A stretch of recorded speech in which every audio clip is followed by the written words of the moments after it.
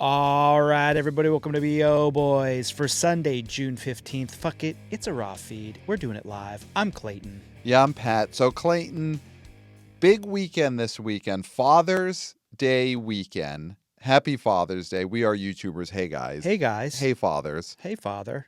So is your dad listening to the episode? Does he watch and listen to every episode? And I guess specifically, does he watch on YouTube? Yes. Because that is the most important thing now for our metrics are the YouTube views. Does your dad help us? Huey, in between tour dates, does watch the show. Wow, that's huge. Yeah. Does he plug us to his friends, his fans, because it's like nice that he watches and good for your dad and hey, Clayton's dad. But, is he out there promoting the BO Boys? He's not the greatest on social media, Okay. but occasionally he'll tag. Okay, he'll tag. He'll Okay. tag it. It's Facebook, so as much as that means to our listenership. Hey, it helps. It's good to know he tags. Yeah. It's good to know. We'll get the dad who occasional tags. poke. We'll get the occasional So he's still Farmville invitation. He's poking on Facebook because that is, I think, a feature that's been hidden away for about 15 years now. He jailbroke it. He jailbroke it. Wow. So now he can still poke people. Okay. And so he jailbroke his phone. Yeah. So that he could poke people on Facebook to say, check out my son in studio on the BO Boys. Yeah. That's huge. It gets people's attention. Yeah. You would be shocked how sort of surprised people are when they get poked on Facebook now. Mm-hmm. Oh, if someone pokes you on Facebook, you have to click whatever link they send you after the post. Because it could be from the past. There's always the assumption that it's from the past. Yes. It could totally be a link that makes you young again. Yeah. But in the end, it also then could just be a link to our most recent episode on YouTube. True. Which could make you feel young if you were a fan of How to Train Your Dragon. There you go. I mean, let's get into it. Clayton, could you give us a Father's Day weekend plow for June 13th, 2025? Number 1, How to Train Your Dragon made $83.7 million in its first weekend. Number 2, Lilo and Stitch made $15.5 million, down 52%. It lost 510 theaters. It's at $366.3 million in its fourth weekend of release. Number 3, a newbie, A24's Materialists made $12 million in only 2,844 theaters. And this is its first weekend. Mm-hmm. Number 4, Mission Impossible, The Final Reckoning made $10.3 million, down 31%. It hemorrhaged theaters, losing 554 theaters. It's at $166.3 million in its fourth weekend. And number 5, From the World of John Wick, Ballerina made $9.4 million, down 62%. No theater change. It's at $41.8 million in its second weekend of release. Mm-hmm. A couple of those holdovers quickly. Mission Impossible Final Reckoning, $10 million. It's at $166 million. I know when this came out, our thought was it opened big enough that, they'll do more of these. $166 million, this movie's probably going to end up topping out in the 170s. I don't know if it gets to 180. Maybe it gets to 180, but it's not going to get to 200 domestic. I hear today on Father's Day 2025, now I'm starting to feel like this is the final reckoning for at least a while. Like everything comes back. Ethan Hunt, he'll be back. But I don't think one of these movies goes into production in the next 5 years. And I don't think that was the plan anyway. Yeah. I really don't. I do think that it takes so much to make these movies. Mm-hmm. I mean, the high wire acts that Tom Cruise performs being one reason, but then also just the amount of people it takes to make these movies, the locations, the scrambling to write the movies as you're shooting them. Right. It's so wearing on the whole crew that, listen, we know that, they want to make a great, fun, artistic movie, but also you got to look at how much money is it making? Yeah. And so if you can make the same sort of amount of money with a bunch of people in dumb costumes running around a green screen or in an empty warehouse, that's the choice you make over something like this. Yeah, I think it's a different story if this movie was over 200 domestic, but But 200 I don't think is even enough. Isn't even enough. Right? No, I mean, this no. thing would have had to have This is made more Maverick disappoint- money. Yeah, this is more disappointing than I thought it would be after that opening weekend. Like, it basically had okay legs, but nothing special at all, and it just did not spread. It didn't a Mission spread. Impossible These were legs movie. that did not spread. It's a Mission Impossible movie. Yeah. I mean, yeah. I think that's the thing is ever since Maverick, there was an expectation that these movies would somehow get that bump. I mean, the Maverick bump is something we've talked about forever. It never happened. Never have. The dads don't care about Mission Impossible. And I'll say this just from this weekend, that I was with my father-in-law, great man, you know, and movies came up and he asked, so is Mission Impossible 75 out? There we go. And he did that. And it was great. You know, it was a great joke, you know, just showing how many Mission Impossible movies there are. He nailed it. He wouldn't have made that joke about Maverick. You know why? Because he saw Maverick in the movie theater. Yeah. And I think that shows, like, this great man, this dad, this salt of the earth person mocked Mission Impossible. He was not excited about it. He had no respect for it. And I think that is maybe just how the average dad feels about these movies. And they loved Maverick. The dads loved Maverick. I think them getting out at this point with the movie doing fine, right? But not fine. But not fine, and not being a complete and total tank job, which I don't want to say Fast X was, but it felt like it. Fast X was the nightmare scenario for Final Reckoning. And that's the thing is, Final Reckoning, you can end it here and then never have another one. And I think people will look at this as a complete, like, the run that this franchise has been on is unprecedented. And I think to expect it to somehow get way, way, way, way stronger in its, sixth and seventh and eighth iterations is a lot to ask for. And seventh and eighth. These last two are the seventh and eighth. So, and six was the high watermark. Yeah, I think that is, in the end, that and Fallout and Maverick are the reason why people thought these last two movies might have done much better than any Mission Impossible movie had previously done. Yeah. Everyone loved Fallout. Fallout made more than the ones before that. And then Maverick happened, and we all just thought this was a turning point for Mission Impossible, and it wasn't. Yeah. It was a flat surface for these movies. And the dads never really got into Mission Impossible. They just didn't. Yeah. They just didn't. And then the other holdover from the world of John Wick Ballerina dropped 62%. So there's no legs on this ballerina. No one cares. 9 million.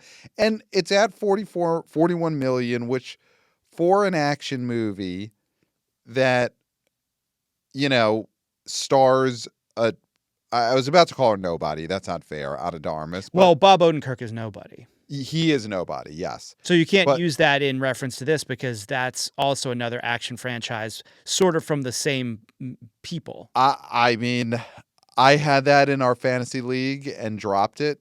I do think that movie, as much as we love Bob Odenkirk, that movie's going to do less than the first one, I think. But we'll get to that. But 41 million for Ballerina is okay just as a action movie. But I think it shows that there's no spin-offs to John Wick. Unless it is a John Wick starring Keanu Reeves sequel, nobody cares. Yeah. Nobody cares. They want him. They want the star. Yeah. So let's get into these newbies. Do we want to start at the top with How to Train Your Dragon? 83.7 million. Which is higher than the tracking was. Higher than the tracking, yeah. We went a little high. I went 90. I thought it would hit 100. Which, I mean, that the exhibitors wanted that. They were Yeah. thinking that. They thought it was possible. Yeah. And is there a level of, Lilo and Stitch just came out? I Mhm. guess it didn't just come out. It's 4 weeks. Yeah, 4 weeks, yeah. So do you think that this movie suffered at all from how close it was to Lilo? Or, I mean, is 4 weeks is enough? I think it suffers in comparison, but I think Okay. 83 million is a huge opening. It's the biggest of this franchise. How to Yes. Train Your Dragon is not Shrek. And I think this is something we have to say maybe directly into camera. We are YouTubers. Hey, guys. Hey, guys. How to Train Your Dragon is not Shrek. It has never been Shrek. Those movies were hits. They were very successful. They made 4 of them up to this point. 3? Shrek. How to Train Your Dragon. Oh. Did they only get to 3? But That's a those great question. movies, there was never a $1 billion baby in the How to Train Your Dragon franchise. There was never a How to Train Your Dragon that opened to 100 million. Mm-hmm. So we can't now look at this $83.7 million opening and poo-poo it. Because No. How to Train Your Dragon has never been Shrek. Yeah. It is a B-level, like Madagascar level Madagascar franchise. made a lot of money. I mean, comparing Madagascar's anything probably to, bigger. Comparing anything to Shrek is pretty tough. You're right. I think. But I do think coming into this weekend and maybe That's we like add it DreamWorks' to it. Toy Story. Yes. And this is DreamWorks' How to Train Your Dragon is DreamWorks' Cars. Yes. That's what this is. It's good box office, not amazing box office, great merch. Mm-hmm. It's their Cars. And Pixar, Disney, there will be a live action Cars someday. Oh, yes, they'll figure that out. Yeah. Absolutely. I mean, okay, just if F1, which the projections for F1 are starting to go up. I know. I'm very excited. They're going up. If F1 hits big, yeah, which we hope it does, and I really do think it will. Okay.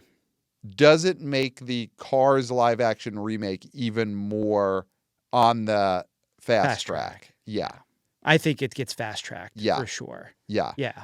Does Larry the Cable Guy carry over as the star in the live action version? I think so. He's a beat up like tow truck. Yeah. I Because mean, you're still doing the voices of those real cars. Just put him on all fours. I mean, you think make him play a car physically? Yeah. Okay. Oh yeah, it's like practical. They're gonna do practical effects. I mean, Owen Wilson, I think, could still play Lightning Lightning McQueen. Yeah. They just went for he is Steve McQueen. This is Lightning McQueen. Yeah. So you think it is them on all fours pretending to be cars in the live action version? It is not them doing the voice of physical real world cars. I think that they will be, when they are shooting it. Okay. They're going to do a thing that is like Lord of the Rings was with the orcs and with Gollum. Okay. So they're going to be on all fours with the tennis balls and the green suit all over them, and then they're going to add the cars in post. They're going to add the physical cars in post. But they're going to be... So just for the shooting of it, even though it'll never appear on film, they're going to have Larry the Cable Guy crawl around like he's a car. Yes. Okay.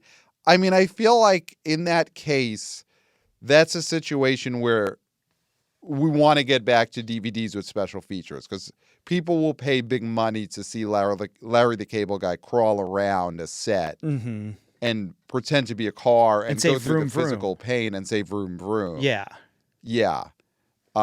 So there's a lot of revenue streams on that remake, but I dribbled. Okay. I thought you drank. I thought you had your bottle filled with something that you were surprised by. That it was like gasoline in there. So it would be apropos. We're talking about cars. Yes. Talk about F1. Should I drink gasoline? Gasoline when we talk about F1? 100%. Is that for the preview episode, or is that for like the celebration episode when it does Bafa Bobo?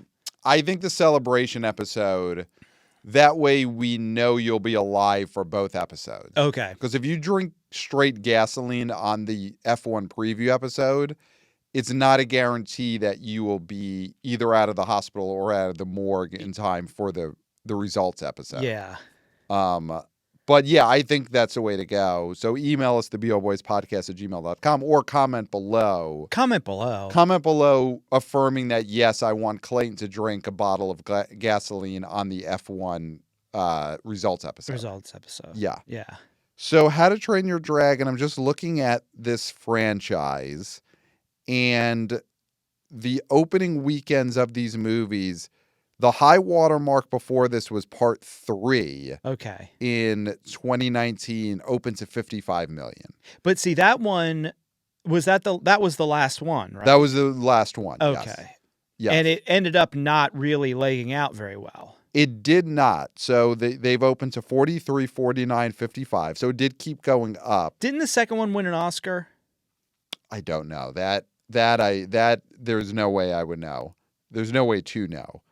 But these movies, they did 217 domestic, 177 domestic, 160 domestic for part 3. So yeah, this is the biggest opening weekend they've had. Mm-hmm. So I think the talk about this has to be, this is a success for sure. Oh, for sure. I don't want to make it seem like we're saying it's anything but. Mm-hmm. Mm-hmm. Yeah, it's just, I think what we're seeing though is going into the summer movie season, there was talk this was a contender to be the biggest movie of the summer. Mm-hmm. It was Lilo and Stitch, How to Train Your Dragon, Superman, Fantastic Four, Jurassic Park. Those were the big 5. Yeah. And I think we can say after this weekend, it will not be How to Train Your Dragon. Domestically, although it did really well overseas. So that's the thing, is this movie it did 200 total this week. So it could do very well just from overseas money. Okay. I think though this movie would have had to open bigger than it did to be a contender for the biggest of the summer. I don't think it's going to get to number 1 for the summer. So I don't think it won the Oscar. Okay. I know it was definitely nominated. So we posed something on the last episode, which was, is this movie going to be too scary for little kids? Mm-hmm. That made Lilo and Stitch open to over 100. I did get a boots on the ground report from an OG wannabe girl. Okay. An OG wannabe mom. Wow. And she did say that her daughter would not go see this movie too scary. All right. And I don't know if there was a big argument over it. I don't know if they had like a long debate, but when it came up, she said, this is probably going to be too much for her. Okay. So I don't know if she's just assuming that about her kid. You know, that's her kid, so she probably knows her fairly well. I would say, yeah. But that's a situation where they did Lilo and Stitch, but they're not going to be doing How to Train Your Dragon. Mm-hmm. And I don't think there's a reverse. I don't think there's a lot of kids who would do How to Train Your Dragon, but wouldn't do Lilo and Stitch. Yes. That would be more scared by the alien. So, Clayton, what are you looking up there? I was just seeing if it won an Oscar or not. Okay, gotcha. And it did not. I thought you maybe were just checking your texts and you were checking to see if it won an Oscar. Do you want to, and the answer has to be yes because I'm going to do it anyway, go through a How to Train Your Dragon co-sponsorship and brand deals? Oh, well, now I'm going to be on my phone checking my texts. So, obviously, a movie like this from Universal is going to have so many brand partners.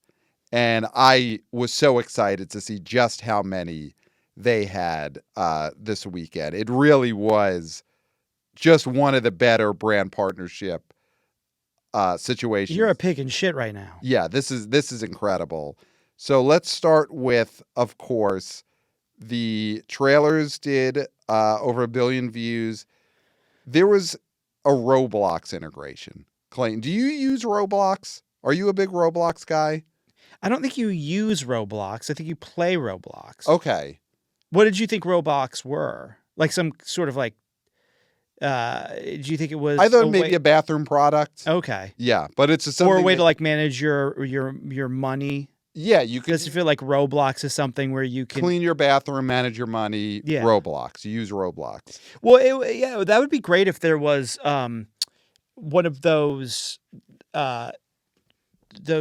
vacuum cleaners That manages your money. that manages your money Yeah. while it just bumps around the walls Yeah. and cleans your floors. And integrates with blockbuster live action remakes of animated films. Yeah, well, you would be able to have one that looked like Toothless. Yeah. Well, in this integration, players were able to navigate the world of Roblox with Burke and bond with dragons and experience epic battles. Clayton, since its launch, this Roblox integration has seen over 10 million plays.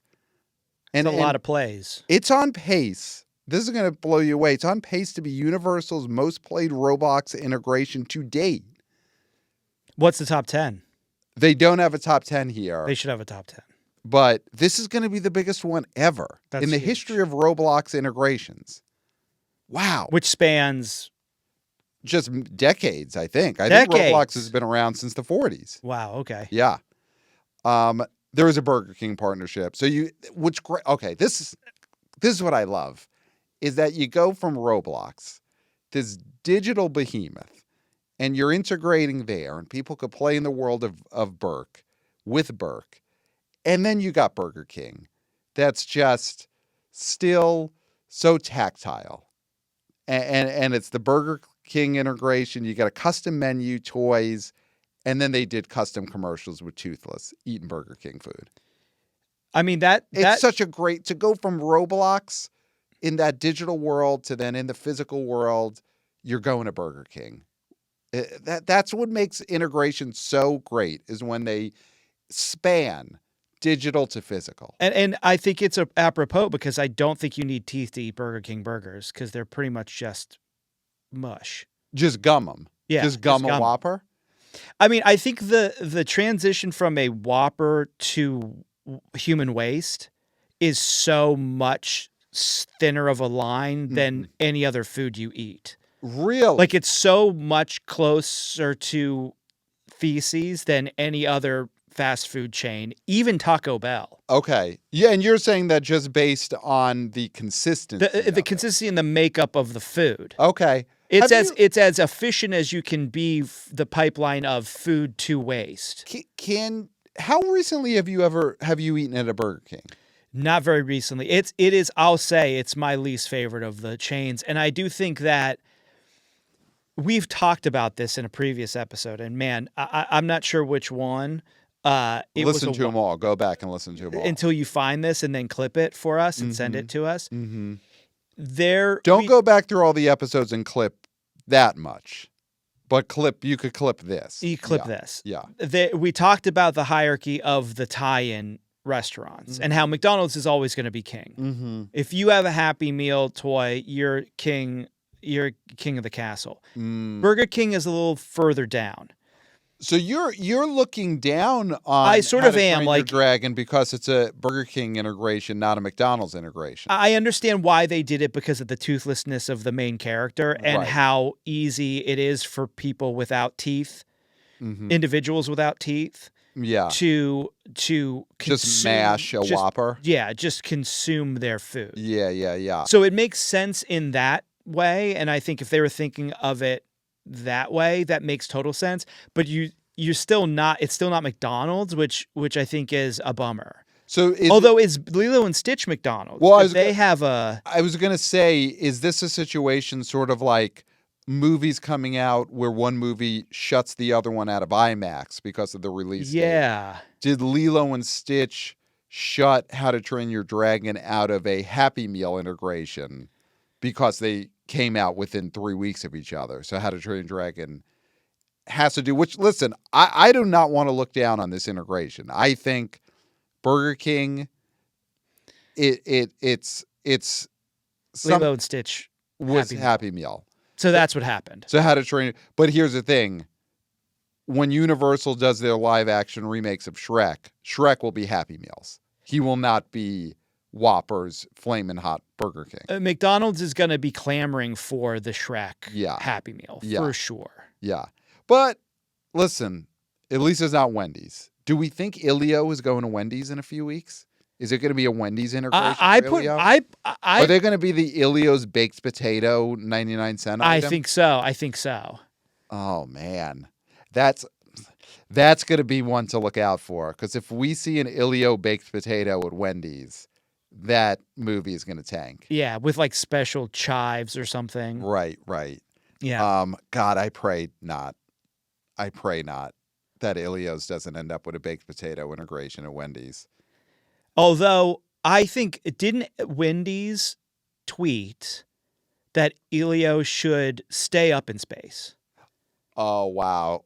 So this is one that They you're just want taking people to the to grave. die in the vacuum of space. They were like, Ilio, what right do you have to be a space explorer and do something really cool like meet aliens? You should die in the vacuum of space. Would you? So they're just I don't know if they're anti Katy Perry or just anti space travel. They're they're like, Ilio, stay up there. So would you, if we had that person who tweeted from the Wendy's social account that Katy Perry should die in space, if that person was... They said, Katy, I hope your head explodes. Yeah. From the Wendy's social media account. Yeah. From the social media account that Dave himself, the founder, used to manage. Yes. He's since passed on, no longer tweets. Mm-hmm.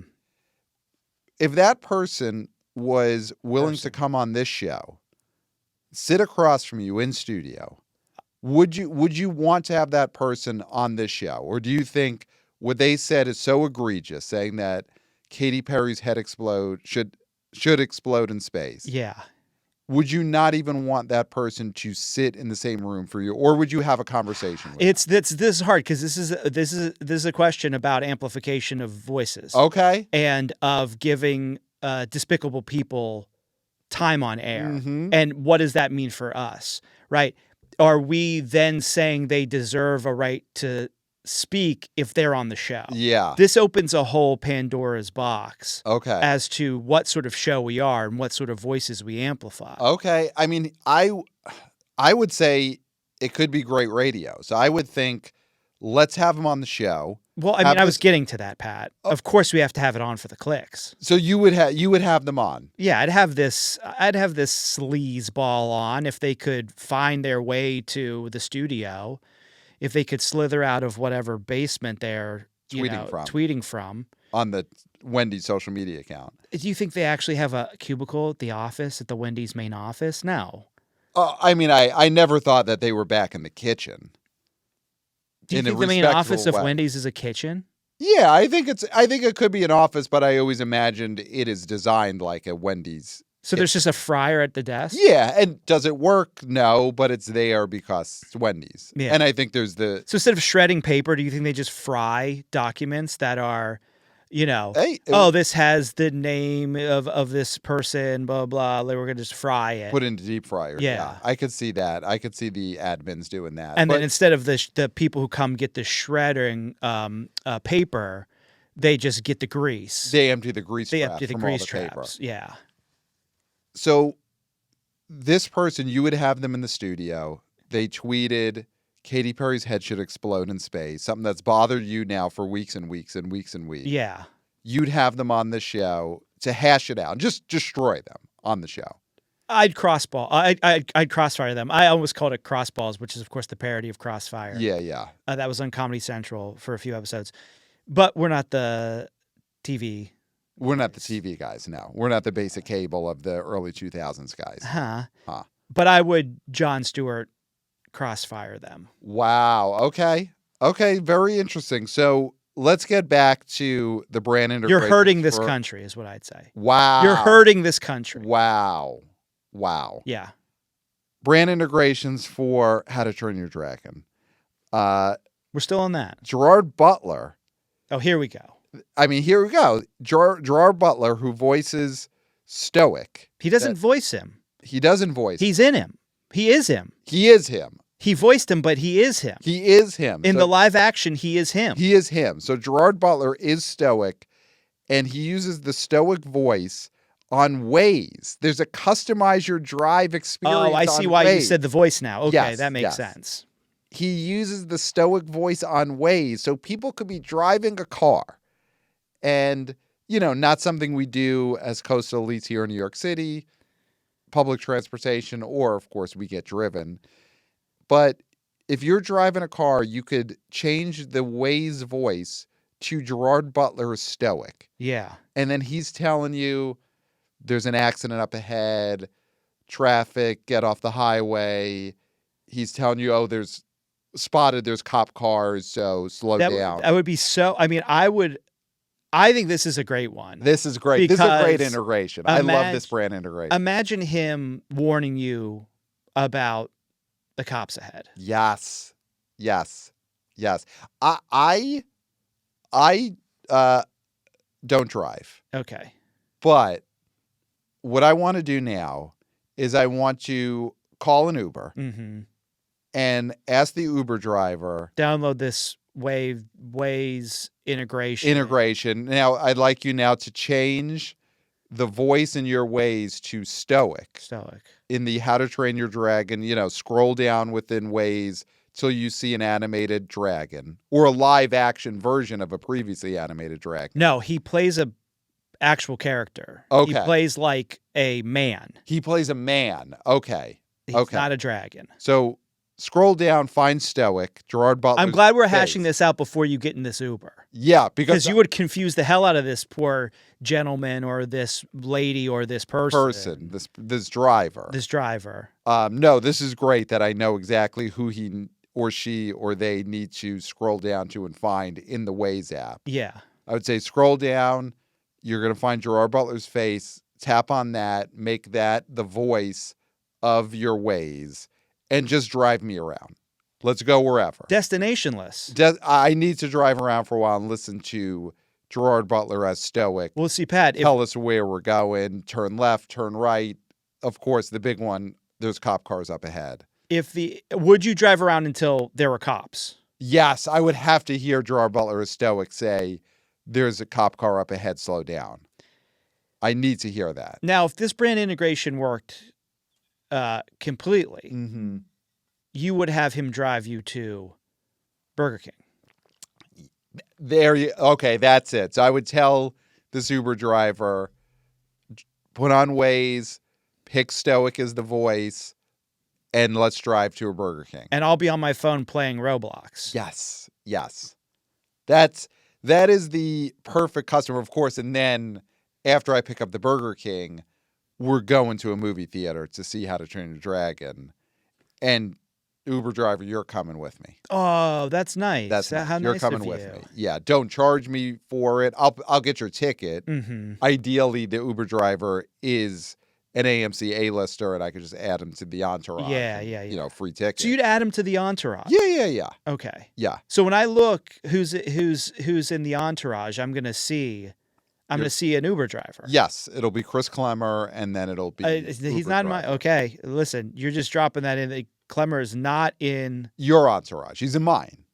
He's not in my entourage. Okay, he's in mine, and so will this Uber driver, who I've had use Waze with Gerard Butler's voice of Stoic.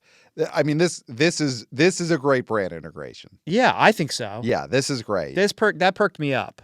There were product launches for Lego and Funko. That makes sense. Great. I love this for the Father's Day weekend. The Ad Council supported the film's reflection on fatherhood with a special PSA featuring footage of Hiccup and Stoic. So direct Father's Day, get into those feels with the fathers. There were spots on The Voice, Survivor, Master Chef, NBA playoffs. That's big. They did How to Train Your Dragon commercials during the playoffs. I'm sure How to Train Your Dragon was wishing that the Knicks had gotten into the finals instead of the Pacers. So Much people bigger would actually market. care about these games. Yes. That's the problem with that integration, is that who cares? Yeah. Are we all rooting for the Thunder? Like, who's rooting for the Thunder? Who cares? Who cares? So that brand integration probably didn't drive too many ticket sales. I don't think so. Premier League Championship, WNBA season opener, Liga MX. Do you know what Liga MX is as a sport? And UFC. Toothless was featured in a WWE co-promo. That was the bit with Drew McIntyre. Yeah. Wow. They did a Drew McIntyre versus Toothless the Dragon is the dream match we never knew we wanted, but now we need to have on Peacock. So how did Punk screw him out of winning that match? Oh, he helped Toothless win the match. He'd have to have. There was a primetime event on NBC, a half-hour Soaring to Life, the making of How to Train Your Dragon, aired on NBC. That shows more of how terrible the I guess broadcast TV is now. Is that because that's something that's available happened in the 90s on NBC? You don't think there would have been just a half hour? I'm trying to think. Was there ever an 8:30 slot? Like Jurassic Park? Yeah. Did it do anything like that? Yeah, right? The making of a Universal movie that they aired in between Friends and Seinfeld, where they're like, you know what? Whatever we put here is going to get 30 million viewers because it's in between Friends and Seinfeld. We put the single guy here. It gets 30 million viewers. Why not just put a making of, No, because I just think the ad time making was of like too... the Beverly Hillbillies live action movie. I not that I remember. I mean, obviously, email us or comment below. Comment below. Just always comment below, because that's, we want that sort of interaction. Yeah. But not that I can think of. A lot of that stuff I feel like they added to movies when they premiered them to pad out the running time. Okay, so they would show Jurassic Park Sunday night, NBC Sunday night movie event, and then they would show you, here's scenes from Jurassic Park The Lost World coming out next weekend. Or they would show, here's Spielberg directing the Tyrannosaurus Rex. Tell him what to do. Right. Behind the scenes sort of stuff. Bloopers. Right, bloopers. Yeah. Where like the Tyrannosaurus Rex, the T-Rex, as people like to call him, like accidentally eats the wrong extra. And then Spielberg's like, oh man, we're going to have to reset. You ate the wrong guy. So yeah, it's still great for this movie that they got a full half hour. No, this is great for the movie. What I'm saying is, for broadcast television, it's pretty abysmal. Yeah, this is how far we've fallen. Because that's something on that is also available to watch on Peacock. Yeah. And that's something that you put on when you, I guess, just want something in the background. Yeah. I do want to think on this, and if people remember, comment below in the YouTube video. I feel like this is something that has happened before, where they've devoted half-hour specials to the making of a kids movie and aired it on the broadcast network. I feel like ABC might have done that with Disney movies. Yeah, right. Like use the Wonderful World of Disney as the overarching sort of, it's a Wonderful World of Disney behind the scenes of Herbie Fully Loaded. Yes. How did he get so loaded? NBC Destinations and Experiences. This is the big one.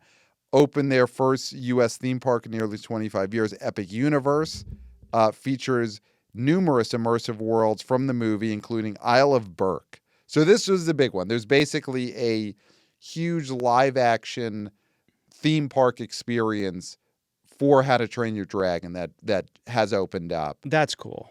And I mean, that's going to be a synergy and an integration that's going to be working together for years to come. Oh, yeah. I mean, when kids are seeing this in the theater, they're going to want to go to the attraction. Yes. And then when they see it on the cock, they're going to say, hey, let's go to the attraction. Yeah. There's something I saw on the cock that I want to see in real life. Yeah. Yeah.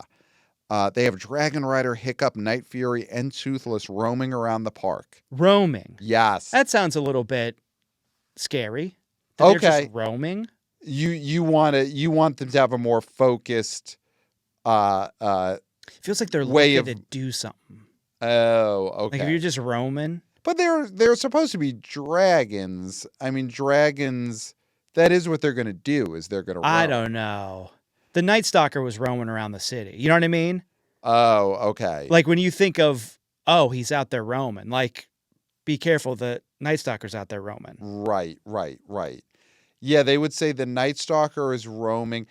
I mean, they would say terrorizing. At least this description doesn't say there's also Dragon Rider, Hiccup, Night Fury, and Toothless terrorizing the park. Yeah. The way the Night Stalker would terrorize the Bay Area. That's true. But I could see that. I'm sure there were probably articles where they said the Night Stalker is roaming. Yeah. So let's see. There's animatronic. So there's a Burke, Hiccup, and Toothless animatronic inspiring viral social moments, including Hiccup meeting Hiccup, which is amassed over 5 million views on TikTok. So there are, you've got, that's what's great is you've got the digital. Yeah. So you got your Roblox. You've got the mush, which is the Burger King Whoppers. You've got the mix of digital and physical where you're driving around in a car and you're using Waze with the voice of Gerard Butler. And then you've got all of it together in a theme park where it's, you got to walk there, you see the characters roam, but then you could take pictures and make digital social moments from the park itself. Yeah. It's just when the synergy and integrations just hit every facet of life, that is what really gets me going. Yeah.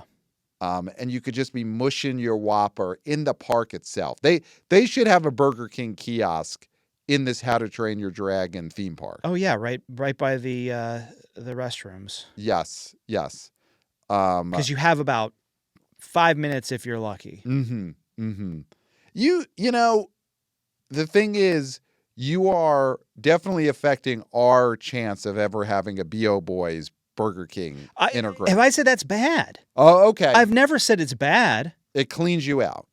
Yeah. Yeah, I've never said it's bad. I mean, you're putting your prejudice on that. I'm saying that it's efficient. Okay. So that's what we could offer Burger King is we will make sure to talk about how efficiently it moves through your digestive system. Yeah. Okay. Because it might grab stuff you don't want in there too on its way down. Just want to call out the summation here from Anthony Diaz for calling his readers dummies, D'Alessandro. At a time when congloms are busting up in a streaming era, there's something to be said about vertical integration still working.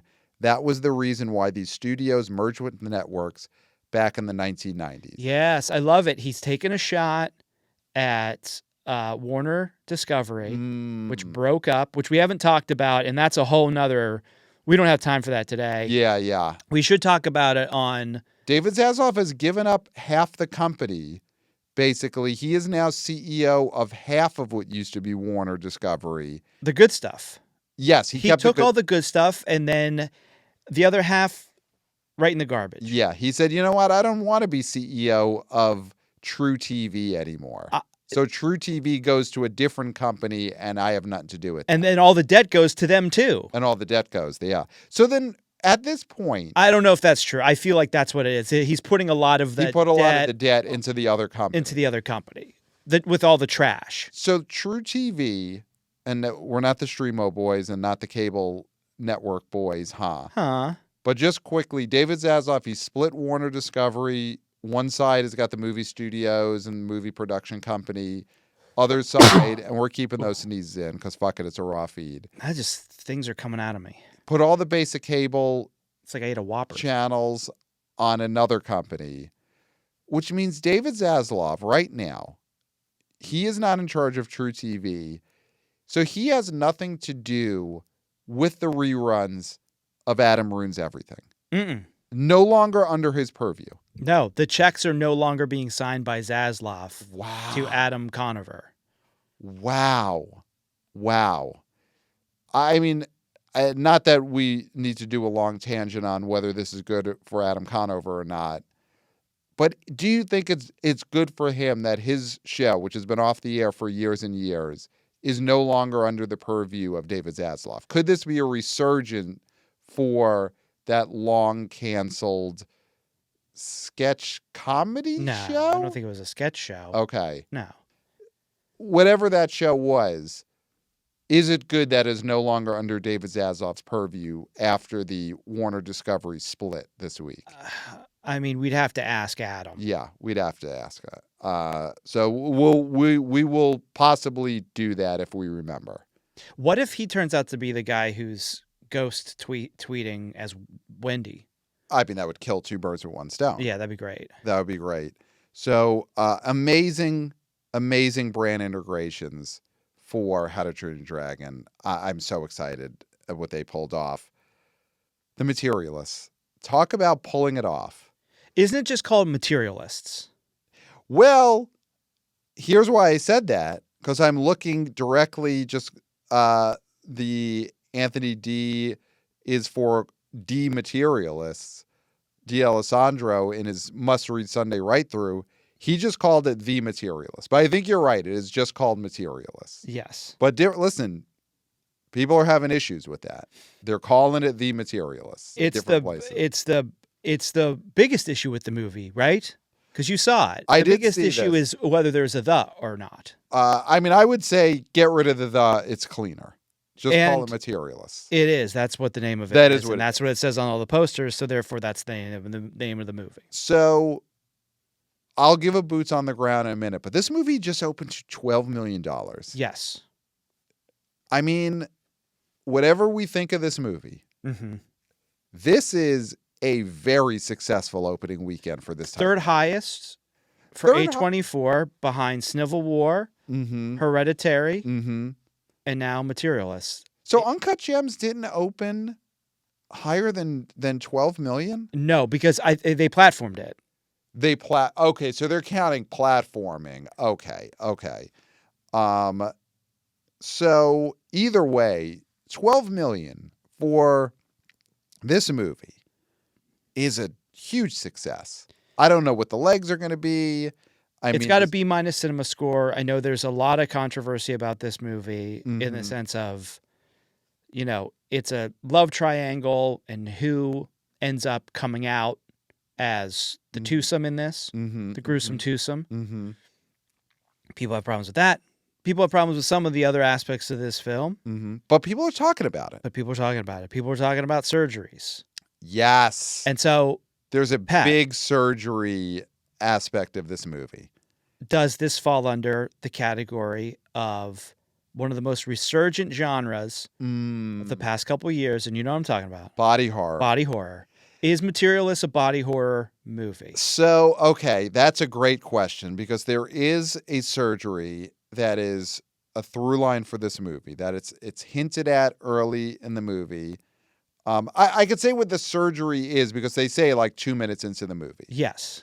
That in the world of Materialists, there is a heightening surgery. Well, this actually exists, Pat.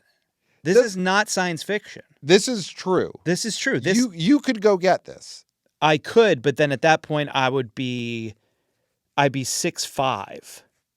If you got the full, if I got the full 6 inch extension, if I took the full 6 inches, yeah, you would go from 5'11", which you're listed at, to 6'5". Listed at. I'm 5'11". Why would I lie about being 5'11"? I would just say I'm 6. I mean, the thinking there is you want to say something believable. You say 6, people are checking into it. You say 5'11". Don't start this that I'm some sort of short guy because I'm not.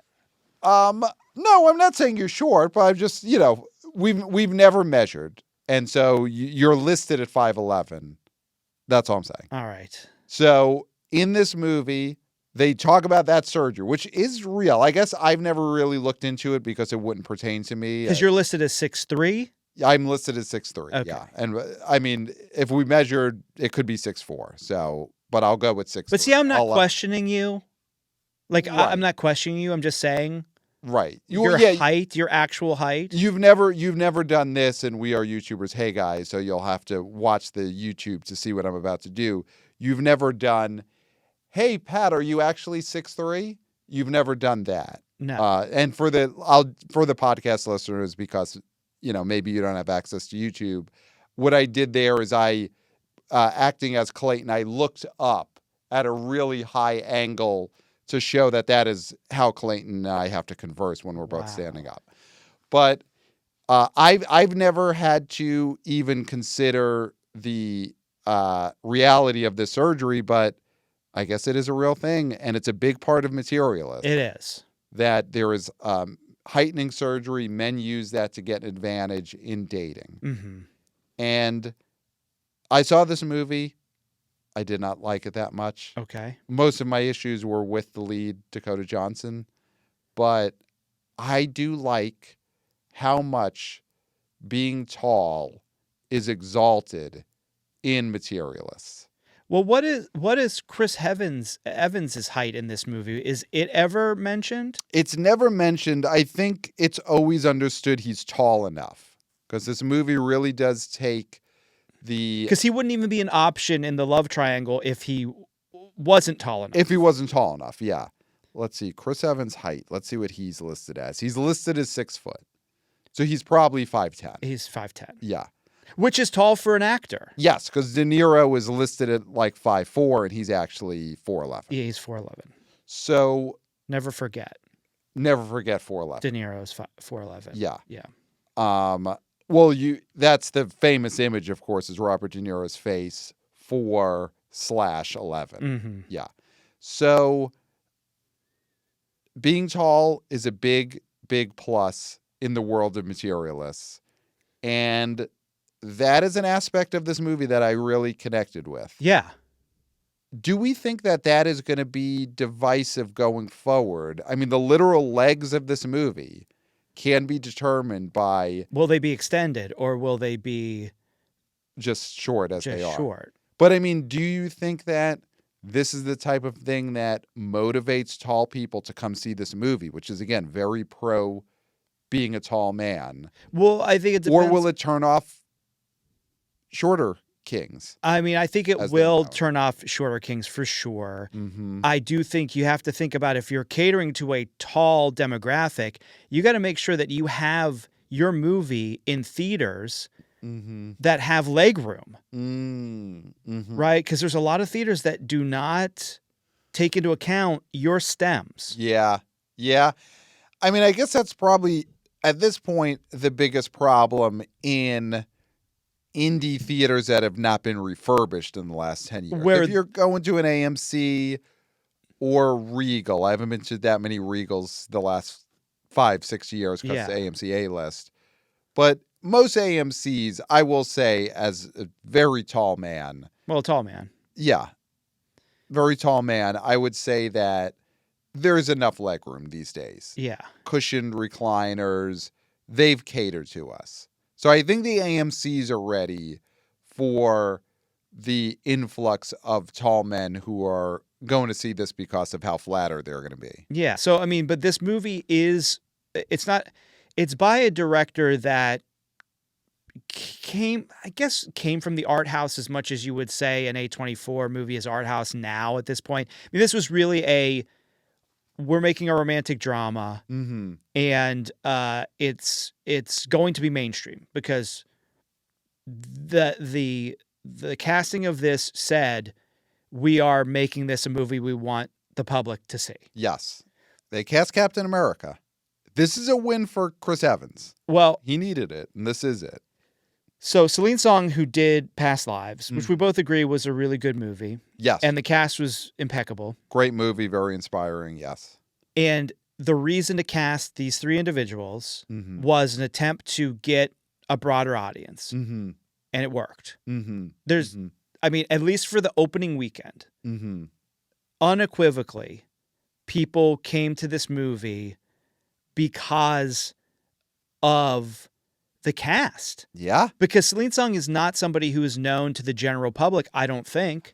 And she was not facing the public as much as these people were. She's not, but this is a win for her because It's an absolute from win the for her. director of Past Lives is definitely one of the big things in the marketing of this movie. I don't think her name yet. Yeah. But definitely Past Lives was one of the factors why this over-opened. Yeah, whatever you say about this cast as to whether most of them are cardboard, they worked in bringing people to the theater. Yeah. And there's not much in the way of movies for women, that are aimed more towards women than they are towards other people. Right. This summer. And so there is, women go see movies and they want movies that have protagonists that are women. That's just a fact. And that's what this movie is. Yeah. In a summer that's sort of clogged with leads of movies that are men or superheroes or dragons. I mean, I guess you could say ballerina, but I don't think anybody's looking for Ana de Armas. Right. And it's a Wick movie, so it's just going to be people getting shot like it's a video game. So that might turn off certain people who don't want to see just violence. Right. This is a movie for adults that is skews towards women. Having seen it, it is not a rom-com. It's a romantic drama that is lighter than Past Lives, or at least it doesn't end up being as emotionally attaching. I think that's more because the lead actress in this movie is terrible. Yeah. And we're not critics, huh? So whatever, or she's great. I don't know. But it's definitely not a rom-com. I wonder if that will affect the legs going forward, because do you think some of this opening was people convincing themselves that this was going to be a Julia Roberts style romantic comedy? Oh yeah. I mean, I think so. I think the marketing really made it seem like this was going to be a comedy. Yeah. It definitely has comedic overtones at points. And it's not a heavy movie. Yeah. So it is a light romantic drama that has comedic moments, but not really comedic moments from the three leads. It's not Anyone But You. It's not. No. Well, Anyone But You would say that's more of a rom-com. Yeah. That's a rom-com. I mean, Pat, this is not that. You saw it, right? Yeah. They did, there was a tarantula in his pants. Yes, there is no tarantula in the pants she moment. Smacks his nuts. She does a nutcracker to him. Like that is a rom-com. Yes. So this is not that. This is Materials is not Ticket to Paradise with George Clooney and Julia Roberts. So I wonder, a movie that opened to 16 but two big legacy stars. So I wonder if word will get out on that Materialist is very much a drama and that'll affect it. Or is that what people went into this expecting, hoping for, and they're glad they got it? The cinema score B- makes me feel like they didn't get what they wanted. They didn't get what they expected. Yeah. I think, and this is just a limited sort of sampling, the word of mouth is going to be what propels this to have legs. And anybody that I know who's seen this movie has come out of it saying, skip it. Okay. And I don't know if that's just my inner circle, but I would think that if 100% of the people who've seen this movie in my life have said it's not great and it's also not terrible, but it's not worth really spending the time unless you're really, really, really want to see it, I think that speaks to the fact that that's going to be what a lot of people hear. Okay. Is it's fine, but I wouldn't rush out to see it. There's not any aspect of this that is incredible. Yeah. I mean, it's got good Rotten Tomatoes score, but I think that's because nobody can be exceptionally negative about it because it's not a bad movie. It's just not a good movie. Right. It's not there. Yeah. Do you think that the conversation about this movie will help the legs. Because again, people are talking about. They're talking about They this show the heightening surgery. I mean, are they showing? Is there a bucket of bones They at all in this? Where I don't know where this person got this surgery. Mm-hmm. I'm hoping it was some back alley thing where Okay, you're hoping for that. the Okay. saw is coming out and the bones are getting broken and it's you've got rusty metal now in your legs. Like that's what I'm hoping for, and I want to see it. Right. But that doesn't happen. You don't see the heightening surgery in the movie. It's discussed, not that graphically. They do talk about some of the steps within the heightening surgery, Do but you see gnarly scars? you do. Okay, there is a discovery of scars, but I can't say that they're gnarly. I do not think this movie, Materialists, is going to satisfy the gore hounds the way The Substance did or Dogman did. Okay. Yeah, this is not a Dogman situation where you saw a bucket of guts. Yeah. I think the surgery in this is more of a conversation piece, but it's definitely not visually graphic. Okay. So, and is there any truth to the rumor that there was a cut storyline where Chris Evans' character gets split penis surgery? Oh, was that left on the cutting room floor? Yeah. Again, I mean, because then that puts the characters on even keel where it's like, leg extension but split penis. Okay. So, well, I'm not going to get into who got what. Okay. Because obviously I hate spoiling. I never do. You never spoil. I won't do that. But that's the type of thing that is week 5 of this movie. If Materialists is really just chugging along at the box office, and then you do week 5, the extended cut. Yeah. Where we show the split penis surgery storyline has been added into the movie. Which is funny because if you were going to actually do the extended cut, it'd be about the leg surgery because that's an extension and this is a splitting. Listen, this movie is all about wordplay. Yeah. And so that's the type of wordplay that really will get the audiences to be tickled. Yeah. That extended cut with the split penis surgery plot line added back in. And you've seen one, right? I'm just going to send you a picture of one in case you haven't seen what the surgery does. Well, you know what? We'll drop it below in our YouTube comments if you have a link that references split penis surgeries. Okay. Definitely put it there. So, $12 million opening. Great for Celine Song. I think this is great for Chris Evans to just get back in the game after years now, 3 years or so of just streaming actioners that no one cared about. Well, he was in Red One. He did have Red One. It's so forgotten. It got to 100. Didn't get to 100. It didn't get to 100 domestic, right? It topped out at like 92. But it was one of the most viewed things in the history of Amazon Prime, according to so was a 24-pack of toilet paper. Right. But this is big for him to just get back in a movie that adults liked and that opened over its projections. Mm-hmm.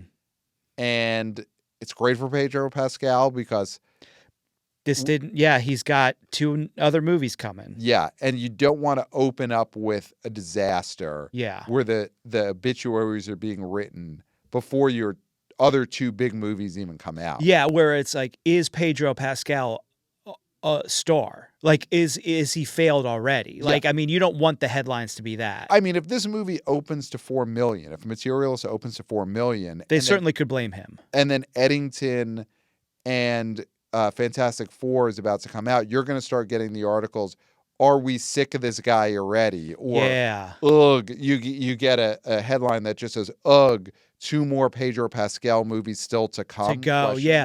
Or you have the editorial cartoon where it's someone just crossing off the, days till the end of the Pedro Pascal experiment. Oh, wow. Of movie star experiment. Be like, I guess I'll gut my way through July. Right. And then we'll be done with this guy. Right.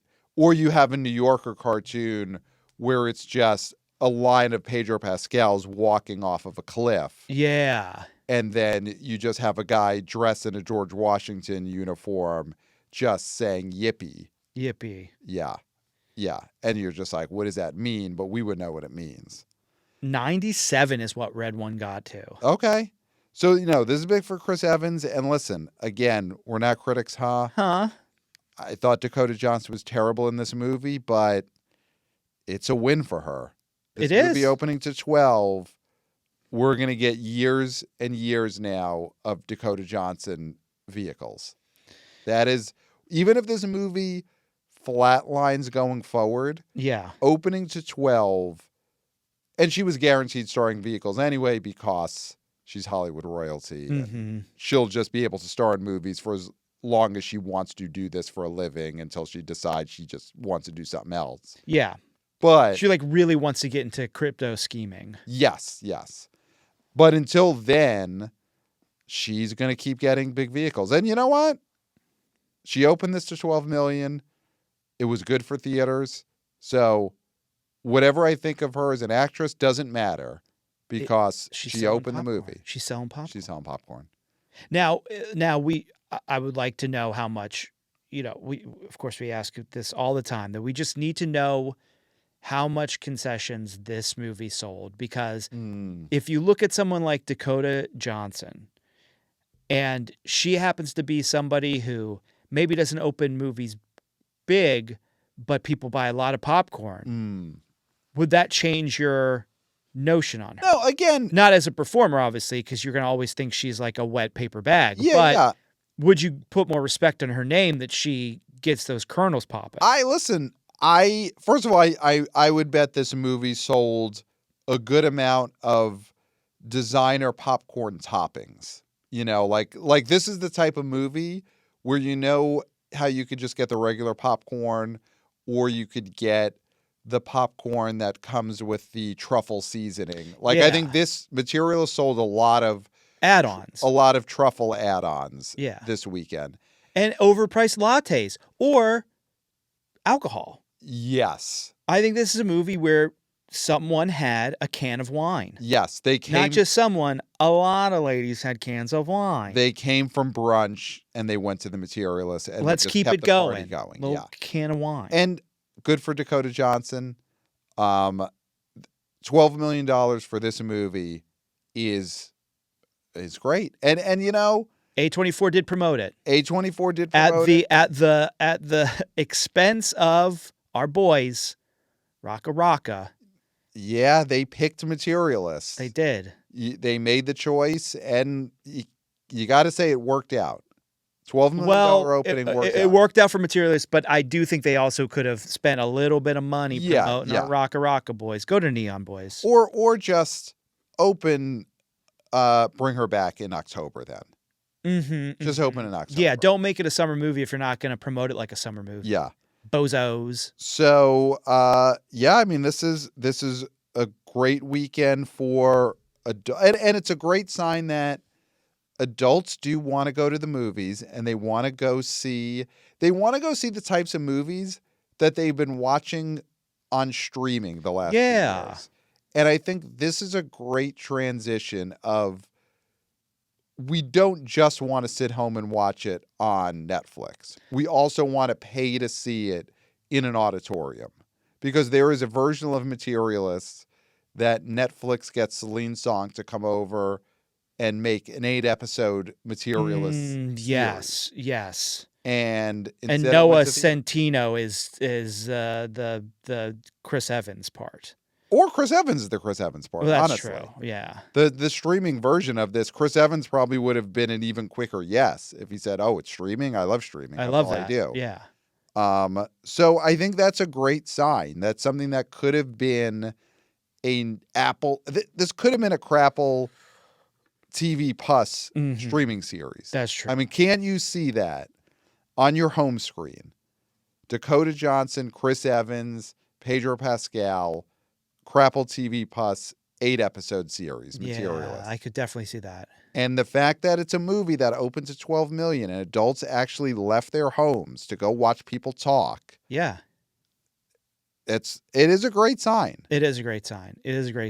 So it's a movie I don't like, but I am glad it exists, and I'm glad it overperformed. I mean, just look at the top 10. I mean, you've got kids movies, you've got adult movies, you've got action movies, Mm-hmm. you've got horror movies, Yeah. right? So, or at least one horror movie, Final Destination Bloodlines. Mm-hmm. Then you got a Wes Anderson movie, which I would say is for the art house crowd and for adults. So, I mean, it is a varied group of movies right now. Yeah. Which is great. Yeah. Yeah. We got some emails. Want to go through a couple of emails? Let's do it. We might, yeah. So we got an email from Wannabe Oh Boy Max. He brings up another newbie that we didn't discuss this weekend. Subject is Life of Chuck, box office legs. Hey guys, I was surprised to hear no mention, and he's talking about the last episode, I was surprised to hear no mention of Neon's new film, Life of Chuck. Just want to inform you that this film is a crowd pleaser, won the Audience Award for Best Film at TIFF 2024. I think Neon will be good at spreading positive word of mouth, good audience scores. I predict this movie will make $20 million domestic, become a bigger success than Nora last year. Any thoughts on Life of Chuck?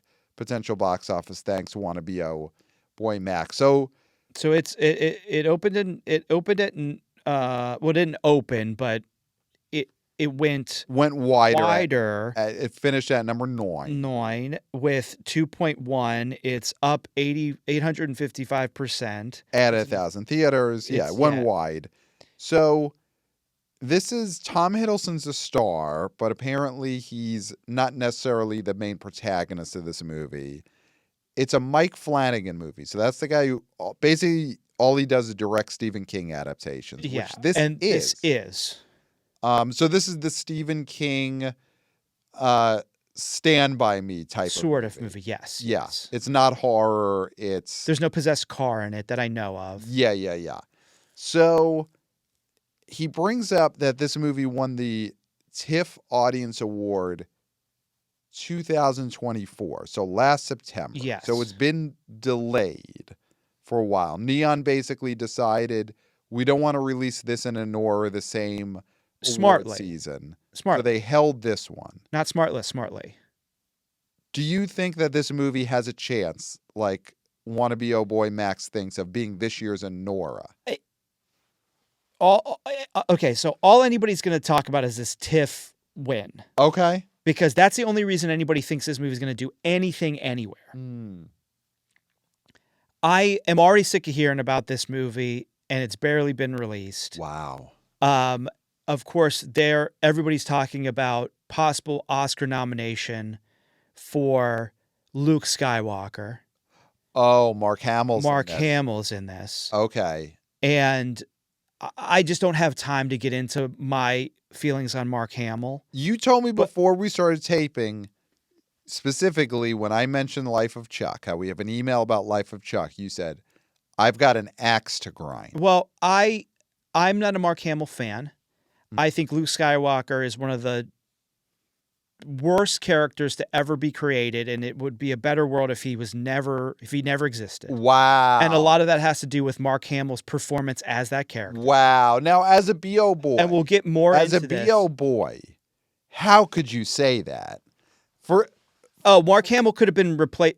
Mark Hamill didn't bring any box office. Shouldn't have been created. I mean, Star Wars is one of the most important box office movies ever made. Something else would have got. It's such a terrible evil that something else would have come to take its place. Okay. I mean, we may have to devote a full episode to that theory. Yeah. But it's like when you look at one of the greatest disasters in history, when you look at the most terrible people in history, there's always going to be somebody to fill that slot. And if you're being positive, if the Beatles didn't exist, there would be a band that is the Beatles. That's just not the Beatles.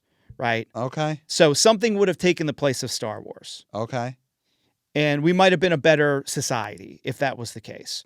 Okay. Now, I think this movie has zero chance of doing anything at the Oscars.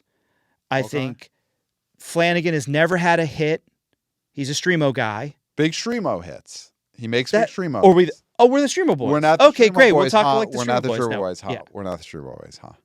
You know, people can slurp on Mr. Sleep or Dr. Sleep or whatever that movie was.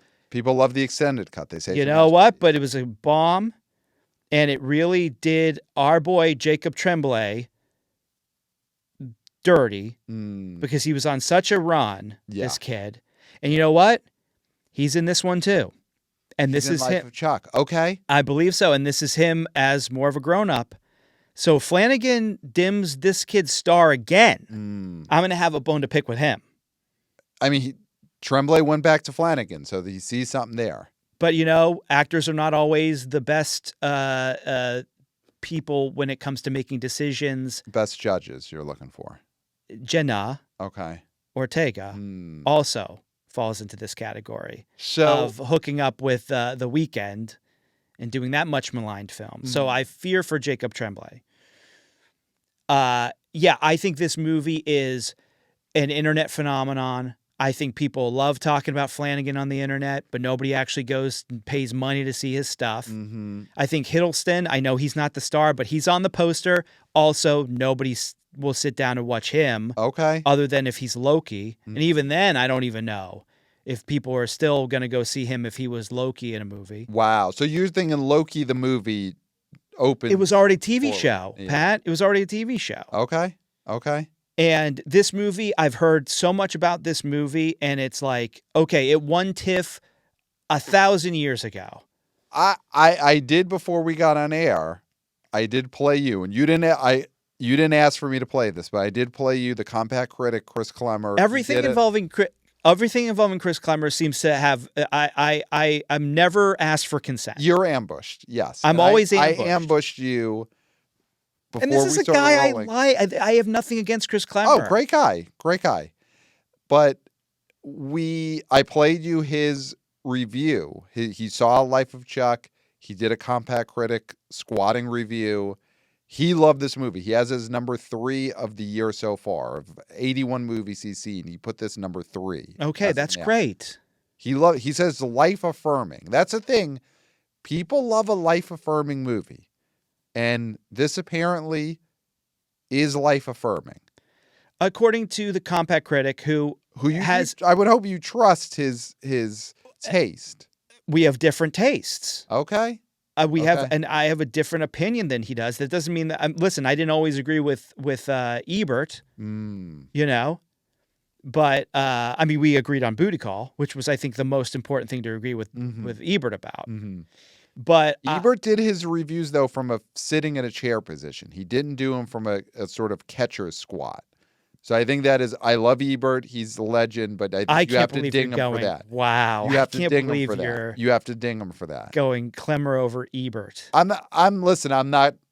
I don't want to do a ranking, but I think if we were to rank them, that's one thing you have to keep in mind: is Ebert never squatted; he sat. I think that's a category that maybe Ebert doesn't score as highly, but there's a lot more criteria that you have to take into account. I'm not saying a definitive ranking. Like Pulitzer yes, prizes. There's a lot of categories, but one of them is sitting or squatting for sure. Anyway. I can't wait for this movie to disappear. Wow. It's so much of it for you though is the Mark Hamill thing. Yes. I feel like it would be odd for you to have real strong opinions on this movie, which you haven't seen, if it wasn't co-starring Mark Hamill and Mark Hamill wasn't getting Oscar buzz. And best case scenario, that's where this movie ends up. An episode of this had Oscar buzz. Wow. Okay. And then talk about the possibility of Mark Hamill winning a Best Supporting Actor on that show in a theoretical sense, and I'd listen. I mean, I'd download it. Yeah. And then I wouldn't end up listening. And then wouldn't end up listening. Yeah. We got an email. But a download's a download. Yeah, it counts. Though I think a YouTube view now is even more important. I don't know if they're on YouTube. So got an email from wannabe oh boy Nick. He says, Coastal Elites can't stop talking about Chicago. Hey guys, do the industry's 2 favorite coastal elites have their eyes set on Chicago? There were not 1 but 2 references in the latest pod. Sure, we could all go on forever about On the Line, Chicago's answer to Manhattan, but you also referenced Sandy Bully's rom-com While You Were Sleeping, in which she meets a man on the train in Chicago. 2 Chicago mass transit love stories in 1 episode. I think these guys are ready for a slice of pie. And by that I mean the 1 pound, 2,000 calorie Chicago-style bricks that people from Indiana come to the city to eat. Chicago is a coast too, Nick. love someone standing up for their city. And Chicago, it's not a coastal elite place like New York, like Los Angeles, but it is definitely a big, important city. Yeah. And when I've talked about this in the past, that we need to change the time zone situation so that important places like New York, Los Angeles, Berlin, Paris, Hong Kong, they're all on the same time zone. They need to be all in the same time zone, and then you could have other time zones for less important cities. Yeah. Does Chicago have a claim to being in that same time zone with New York, Berlin, Paris, Los Angeles? And listen, I'm Italian. I don't think I'm putting Rome in there. Mm-mm. I'm not putting Rome in there. They're a second tier time zone. Yeah. I don't want to be that many hours. Well, they're a different than Rome. vacation time zone. Yeah, where you're okay with being God, don't in matter. a different time zone. Does Chicago get into that time zone? I mean, think we were just talking about Ebert, Chicago guy. Right. I think so. Okay. I think you throw Chicago in there. Okay. So if you're Because it sort of keeps the middle of the country down. It's like a tent pole for, smart people. Right. So and, it's like, and city dwellers. yeah, and you say this as a rube, as someone who came from the stacks outside Pittsburgh. So when you say I'm all from this, Pennsylvanie, yeah. Yeah. I'm not saying Pittsburgh or Philadelphia should be on the same time zone as New York. I would get them in right now the time zones for New York and Pittsburgh are too close. Right now they're in the same time zone. So they should be separated. They should be separated. Yes. Pittsburgh and Philly should be taken out of the New York time zone. Mm-hmm. But yeah, I think Chicago being in that time zone with New York, Berlin, I think that makes a lot of sense. And it allows then, if you're in the middle of the United States, you have an outpost. You have an outpost to be. If I could get to Chicago, I can call someone and be in the same time zone as them. Yes. Because that's who you'd actually want to call anyway. Yes. So I you know what? Yeah, he's right. We talked about 2 Chicago movies, and I say put him in the same time zone as New York. Yeah. And here's the thing: Chicago Pope, he's in Rome. He'll be on Chicago time. Right. So the most important person in Rome is going to be on Chicago time anyway. Yeah, because he's probably going to end up moving the Vatican to Chicago at some point. Yeah. So we got an email from one of our favorite Sean the alcoholic. Oh. He writes, Dragon Boots on the ground. Hey, guys, I just asked my youngest and 2 of his buddies, all freshmen, sporty, but not jocks, and they're smart. Well, one of them was kind of a shit. Okay. So great description of his youngest and 2 friends. Yeah. That in the end, one of them is kind of a shit. Well, isn't that always the way? If you got 3 young men, one of them's going to be one of them is a shit. So that he continues, on a scale of 1 to 10, I asked them how excited, on a scale of 1 to 10, how excited they are for How to Train Your Dragon, and we got an 8, a 7, and a 9. No. Apologies for that portly. He says portly. Apologies for that portly written sentence. But this movie is going to be big. Sean, alcoholic. Yeah, and it is big. So he nailed it. So the 3 youngsters gave an 8, a 7, and a 9. Which score do you think the one that Sean deems a shit? 7. The shit gave it a 7. Of course. Okay. Because nothing's cool enough for him. He's such a little shit. He is a little shit. Yeah. Or she, or they. Or they. Are a little shit. Yeah. And then let's see anything else here. Here's one that I think because we're running late. Yeah, this is a long episode. Let's put a pin in this one, but I do want to get to, and I'll tease this for a next episode. We got an email from wannabe oh boy Nate, who ends this. I love that he ends this praying to podcast Jesus. Wannabe oh boy Nate. He brings up the big story that we haven't gotten to, that AMC is going to be expanding commercial advertising before the movie. Yes. This is something that we have not covered. we will cover this on the next episode of the BO Boys. Mm-hmm. We will get to this email and this big story and give it the time it deserves on the next episode. But this is a big one. This is a big one. So there's your tease for the next episode. So, of course, email us, theboboyspodcast@gmail.com. Subscribe to the Substack. Subscribe to the YouTube channel. We are YouTubers. Hey, guys. Hey, guys. Very important as we get more and more listeners to be YouTube viewers. It's going to be great. I mean, you only get half the story if you just listen to the podcast. I mean, I dribbled, I sneezed. Yeah. And if you watch on YouTube, you saw all of that. Yeah.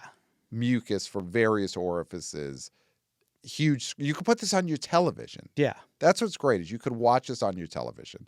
So subscribe to the YouTube channel. But hey, 5 stars on Apple Podcasts because it's still very important. Mm-hmm. So 5 stars, leave a review. Just say, hey, I'm only getting half the stories. Hey, guys. Yeah, it's like if you're listening to, like I've said before, if you're listening to the podcast, that's like, yeah, I saw, Endgame in the theater, but did you watch Secret Invasion at home? We're like, I mean, that's the thing. No, that's not the thing. Do not love that. Because then they get the whole story if they watch Secret Invasion, right? I think we've got to, when I start talking about the plugs at the end and what people need to do and our various distribution channels, it really is important that you don't add on because I think it is it is only a negative at this point. Okay. I think so. So I think this is a smile and nod situation. Yeah, this is a smile and nod. All right. When you're bringing up Secret Invasion in comparison to things we are telling people they should That's what the YouTube do. video is. It's like Secret No, Invasion. it's So not like what's Secret going Invasion. on. Definitely not. This is a smile and nod portion of the show for you. So that's what we're going to go with going forward. And follow us on social media, of course, at the BO Boys Pod. Wannabe VP of Interns, Christopher, killing it with the vertical clips. And he is a grad. And he's out there, everyone. Mm-hmm. He's roaming the countryside. That's what roaming is. Yeah, that's the good use of roaming. Yeah, he's roaming the countryside. It is a little sinister. The countryside, roaming and countryside together, that's a rough combo. Mm-hmm. That's a rough combo. Yeah. The dragons are roaming the theme park. The dragons are roaming the countryside. Oh, that's terrifying. Yeah. Yeah. Yeah. And so Christopher, he's roaming. And he's. But would you want him to be roaming a theme park? Like if you're like wanna be VP of interns, Christopher is roaming the Universal Experience theme park. I'd be a little scared. No, I think that would be nice. Okay. I think Christopher roaming the Universal Experience theme park is nice. Yeah. And he is a recent grad with no job lined up. Oh, that could be the summer gig. He's operating the Toothless ride. Oh, okay. Yeah. So he wouldn't be roaming, then he'd be operating a ride. He'd be operating the ride. And if he's roaming, then God knows what's happening at the Toothless ride. Yeah, because he should be manning that. He should be operating. It doesn't run itself. Yeah. He's like, I hope it's a set it or forget it, and kids are flying out of the. He had to go get a turkey leg. Yeah. And he had to go get he had a Whopper, so he had to run to the bathroom. Yeah. So that's what Christopher is up to, but he's cutting the vertical clips at the BO Boys Pod on social media. And of course, the email, theboboyspodcast@gmail.com. Clayton, that's all I got.